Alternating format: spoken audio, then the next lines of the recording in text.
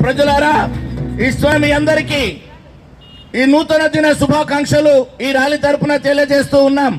2000 సంవత్సరాల క్రితం కల్వరి శిలువలో యాగం అవ్వడానికి, మానవుని రక్షించడానికి మానవుడు చేసినటువంటి దేవునికి అయిష్టమైన కార్యాలను బట్టి మానవుడు చెడిపోయాడని దేవుని వాక్యం చెబుతా ఉంది.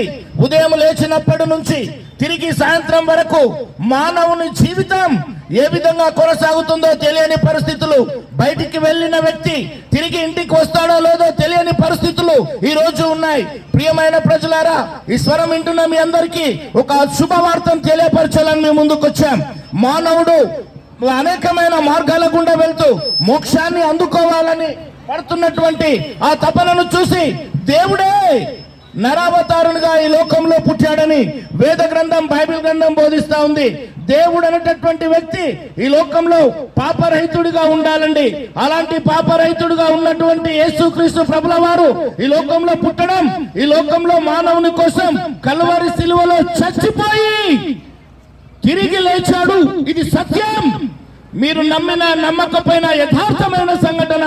క్రీస్తు శకం 33వ సంవత్సరంలో జరిగినటువంటి ఈ భూమండలంలో జరిగినటువంటి ఒక యథార్థ సంఘటనను మీకు పరిచయం చేస్తా ఉన్నాను. మా యేసుక్రీస్తు దేవుడు కిరస్థాన పనులకు మాత్రమే దేవుడు కాదు, సర్వ సృష్టికర్త అయినటువంటి దేవుడు అని మీకు తెలియపరుస్తా ఉన్నాం.